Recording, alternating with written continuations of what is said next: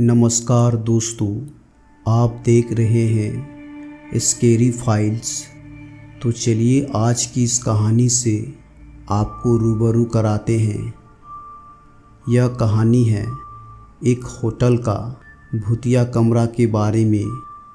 इस कहानी में राजू नाम का एक लड़का है जो कि सरकारी नौकरी करना चाहता है, पर उसके घर की स्थिति ठीक नहीं होने के कारण उसे पैसे कमाने के लिए काम की भी तलाश थी।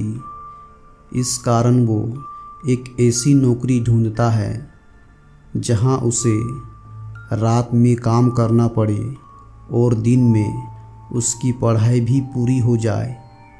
कुछ समय बाद राजू को एक होटल में सफाई करने का काम मिल गया। चूँकि काम रात को करना था तो राजू वहाँ रात में काम करने लगा और दिन में वह अपनी पढ़ाई भी पूरी कर लेता। सब कुछ अच्छे से चल रहा था, पर एक रात राजू अपना काम ख़त्म करके आराम से बैठा था। तभी वहाँ पे उसका एक सीनियर आया और उससे बोला, तुम यहाँ आराम से क्यों बैठे हो? इस पर राजू ने जवाब दिया, सर मैं अपने कमरों की सफाई कर चुका हूँ, इसलिए आराम से बैठा हूँ। फिर उसके सीनियर ने कहा, नहीं, आज तुम्हें होटल के सबसे ऊपर की मंजिल पे 4 कमरे हैं, उनकी भी सफाई करनी है, जाओ वहाँ। इतना बोल के उसका सीनियर वहाँ से चला गया। फिर राजू ने होटल के सबसे ऊपर की मंजिल के 3 कमरों की सफाई कर दी और अंत में जो 4 नंबर का कमरा था वहाँ गया। वो बहुत ही आलीशान कमरा था। इतना खूबसूरत कमरा राजू देख के उसे देखता ही रह गया। अभी तक किसी ने भी राजू को इस कमरे की खूबसूरती के बारे में नहीं बताया था।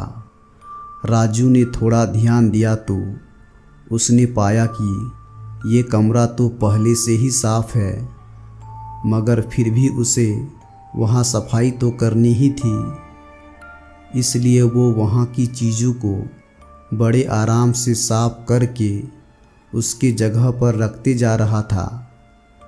कुछ देर बाद राजू को ऐसा लगा उसके पीछे कोई खड़ा है। राजू ने पीछे मुड़ के देखा तो वहाँ कोई नहीं था।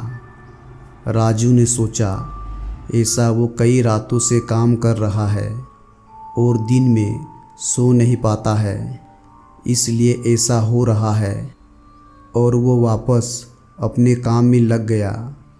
तभी अचानक उसे ऐसा लगा कि कोई उसके सामने से दौड़ के भागा है।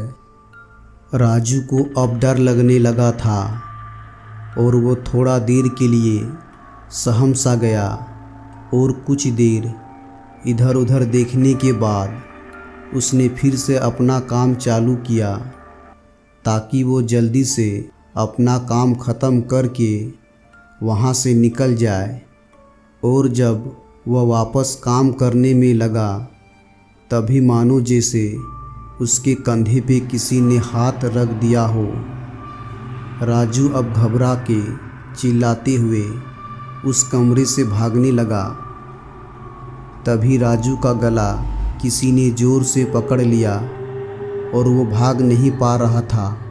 इतने ही देर में राजू के सीनियर राजू की आवाज़ सुन के वहाँ पहुँच गए। उन्होंने राजू से पूछा, क्यों चिल्ला रहे थे? राजू के गले में दबाव होने के कारण कुछ बोल नहीं पा रहा था। उसके सीनियर उसे कमरे से बाहर ले गए और उसे पानी पीने को दिया। तब राजू ने बताया उसे इस कमरे में कुछ अजीब सा महसूस हुआ, ऐसा कि जैसे कोई उसका गला दबा रहा हो। इतना सुनते ही उसका एक सीनियर उस पे चिल्लाया और बोला, तुम्हें रात में इस कमरे में सफाई करने को किसने बोला? इस कमरे में कोई भी अकेले सफाई नहीं करता और इस कमरे की सफाई भी दिन के समय की जाती है। तब राजू ने कहा, मैं अपना काम ख़त्म करके बैठा था, तभी एक सर आए और उन्होंने ही मुझे इस कमरे की सफाई करने को बोला था, इसलिए मैं इस कमरे में आया। इतना सुनते ही जितने भी लोग उस होटल में काम करते थे सभी को राजू के सामने लाया गया ताकि राजू उसे पहचान सके। किसने उसे ऊपर वाले कमरे में काम करने को भेजा था। फिर वहाँ जितने भी लोग थे राजू ने सबको देखा पर उनमें से कोई नहीं था।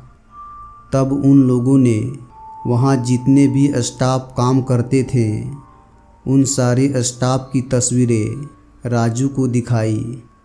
तब राजू ने उनमें से एक को देख के बोला, इन्होंने ही मुझे वहाँ सफाई करने को भेजा था।